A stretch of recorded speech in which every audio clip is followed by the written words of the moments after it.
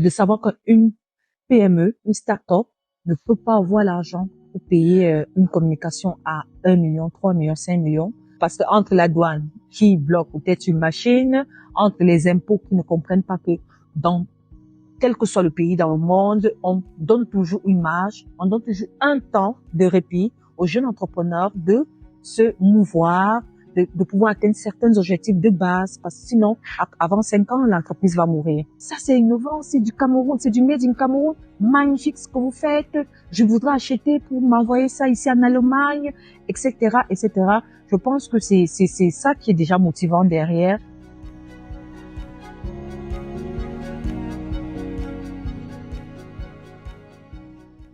Bonjour, je suis Karine Andela, présidente de l'association Asenia, promotrice des produits locaux Made in Cameroun, entrepreneur social.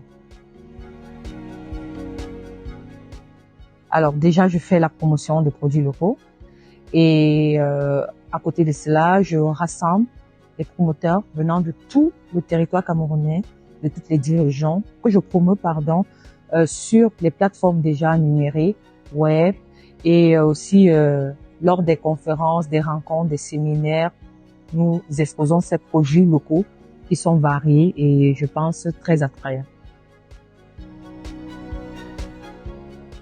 La conviction et les valeurs que j'incarne et aussi l'environnement où je vis.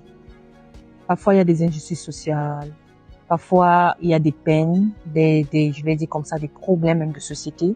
Et pour moi, il faudrait à un niveau quand même essayer de résoudre ces problèmes. De savoir qu'une PME, une start-up, ne peut pas avoir l'argent pour payer une communication à 1 million, 3 millions, 5 millions, parce qu'il a même besoin de cela pour produire, pour acheter ses machines.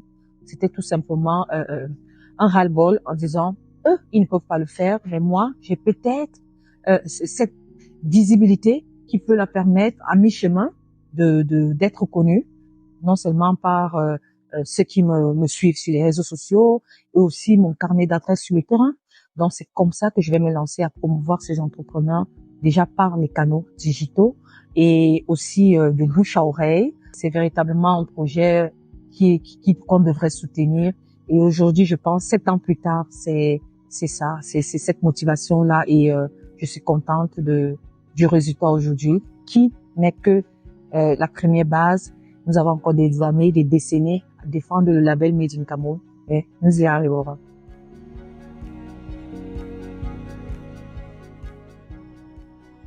Alors, il faut tout simplement passer à la sensibilisation et à l'éducation des consommateurs. Parce que si le promoteur ou alors les entrepreneurs produisent et qu'il n'y a pas ceux qui vont acheter ces produits, vous êtes d'accord avec moi que l'entrepreneur va produire à perte, il n'aura pas un chiffre d'affaires. Mais pourtant, si on consomme leurs produits, ça va augmenter leur chiffre d'affaires, ça va encore leur motiver à trouver des financements auprès des particuliers, des banques, des investisseurs en général pour booster leur production locale et surtout créer des emplois autour de leurs projets qui sont leurs entreprises.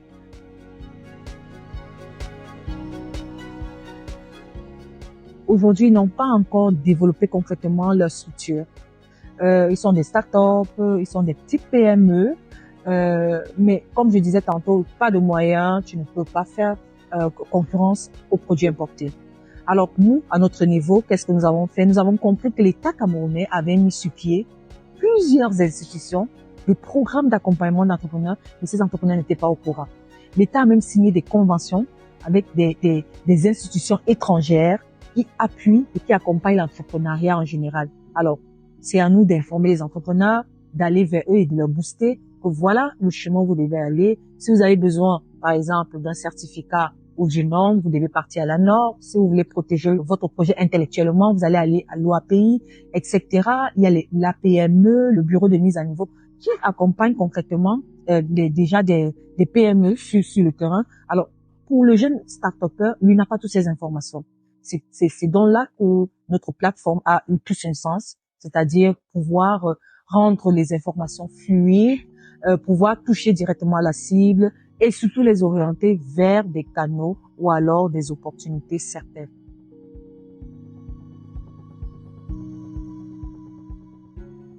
Il fallait déjà qu'on sache que ces jeunes promoteurs existent, Il fallait aussi encourager ces jeunes à ne pas abandonner parce que le climat des affaires au Cameroun est rude. On ne l'apprend pas. Mais il y a espoir et puis on ne baisse pas les bras, comme on dit chez nous.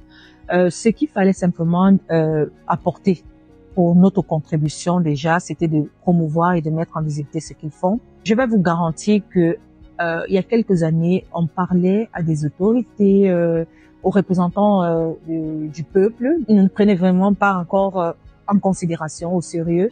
Mais je pense qu'il y a eu des événements où l'État a vu ce que nous faisons, et aussi les élus du peuple qui nous ont invités à l'Assemblée nationale, où on est allé faire une sorte de plaidoirie. On a même exposé et je pense que c'est là où tout a déclenché parce qu'ils ont compris que le potentiel est là, mais il fallait juste les mettre en rapport. Il fallait juste qu'ils touchent du doigt ce que ces entrepreneurs font et véritablement c'est un travail de titan parce que entre la douane qui bloque peut-être une machine, entre les impôts qui ne comprennent pas que dans quel que soit le pays dans le monde, on donne toujours une marge, on donne toujours un temps de répit aux jeunes entrepreneurs de se mouvoir, de pouvoir atteindre certains objectifs de base, parce que sinon, avant 5 ans, l'entreprise va mourir. Donc, ce sont ces difficultés simplement que les entrepreneurs ont besoin aujourd'hui qu'on lève des équivoques et je pense que beaucoup de choses vont s'améliorer et aller de l'avant.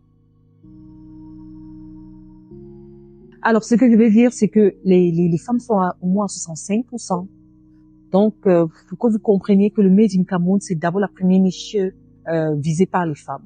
C'est-à-dire, comme on n'a pas toujours les emplois dans les grands ministères, des grands postes, donc les femmes se sont tournées sur le Made in Cameroun, qui aujourd'hui, sur 3 entreprises, c'est 2 femmes qui tiennent le Made in Cameroun, faut le savoir. Et je vais même aller plus loin. Bien que vous allez voir un homme qui tient une entreprise Made in Cameroun, la personne qui seconde ce patron ou ce PDG ou ce DG, c'est une femme derrière. La main ouvrière, même, vous êtes d'accord avec moi que les femmes sont très délicates. Donc, dans le Made in Cameroun, si on doit le dire, ce sont les femmes qui soutiennent véritablement le Made in Cameroun. Pour des initiatives, il y en a tellement. Je pense qu'il y a eu l'innovation du saucisson de poisson, Payola, c'est une marque camerounaise, c'est tenu par une jeune dame camerounaise. Nous avons eu le vin de plantain, qui est un très très bon apéritif, un vin de plantain. C'est toujours fait par une femme. Elle est installée à Macaque. Donc, il y en a tellement des initiatives, je vais même dire très innovantes, faites par des femmes, tenues par des femmes. Alors, je pense que elles ont tellement leur place et c'est même elles qui ont je vais dire la plus grande place et que nous devrons soutenir chaque jour. L'action de faire le Made in Cameroun un label, je pense que ça interpelle plusieurs pays. Déjà, plusieurs pays en Afrique noire, déjà, ils ont emboîté le pas. Ils parlent des produits locaux, en fait. Et nous, au Cameroun, oui, ça se faisait déjà, des décennies, mais je pense qu'on n'était pas encore organisé, surtout la société civile. On était un peu comme on dit souvent au quartier au Sisongo. Mais je pense qu'avec ce que nous avons commencé à faire, à être identifié par l'État, à être identifié par le consommateur, et en un clic, on voit nos produits locaux partout dans le monde. Quand on poste un produit, ça se voit aux États-Unis, on vous accueille. Ça, c'est innovant, c'est du Cameroun, c'est du Made in Cameroun. Magnifique ce que vous faites. Je voudrais acheter pour m'envoyer ça ici en Allemagne, etc., etc. Je pense que c'est ça qui est déjà motivant derrière. Et aussi, les gens ont compris. Les gens ont compris qu'il y avait véritablement un besoin de s'exprimer, ont besoin de montrer ce que les jeunes Camerounais, surtout les jeunes entrepreneurs font. Certains pays en Afrique sont en train de s'inspirer de ce que nous faisons. Parce que pour eux, vu la conjoncture économique, vu les problèmes socioculturels, mais nous, les Camerounais, on ne baisse pas les bras. Ils se disent, si ceci était chez nous, s'ils avaient ce potentiel chez nous, je pense qu'on irait très, très loin. Donc, nous sommes un exemple aujourd'hui. Bien qu'on n'ait pas encore véritablement encadré, qu'il n'y ait pas encore un cadre réglementaire, mais je pense que le label Made in Cameroun est bien positionné pour le futur, surtout pour la zone de libre-échange continentale, la ZECAf, dans les prochaines années. La journée internationale de la femme, c'est un symbole, et c'est un symbole fort. C'est plus, moi je vais dire, les droits de la femme. Mais à un moment, il faut dire à la femme que c'est pas une journée de loisir, de plaisir, ou alors c'est dire je suis une femme et je fête au nom de la femme. Non. C'est juste se dire que cette journée est symbolique. La matière qui est vendue derrière, à mon avis, et qui est vendue dans le monde entier, c'est de savoir que les femmes ont des droits qu'il faudra aujourd'hui et toujours encadrer, et qu'elles-mêmes prennent conscience des droits qu'elles ont. Et le droit n'est pas simplement qu'on vous assiste, mais que vous pouvez, par exemple, initier des projets pour vous aider vous-même. Ce que je fais, je suis une femme et j'ai initié un projet. Aujourd'hui, je vois dans mon réseau, plus de 65% ce sont des femmes qui réalisent des merveilles, qui créent des boutiques, qui créent des entreprises, des sortes de petites usines, qui transforment, qui emploient d'autres personnes, d'autres jeunes. Pour moi, c'est ça la réponse pour le 8 mars, c'est-à-dire qu'on passe à l'action et surtout que le thème au Cameroun cette année, véritablement, c'est d'investir sur la femme. Alors pourquoi ne pas véritablement investir sur la femme pour l'encourager dans ce sens? Alors indomptable, comme le mot le dit, celui qu'on ne dompte pas, celui qui plutôt dompte, qui impose non seulement sa vision, sa force, mais surtout sa force tranquille. Donc pour moi, c'est véritablement ça les définitions du mot indomptable.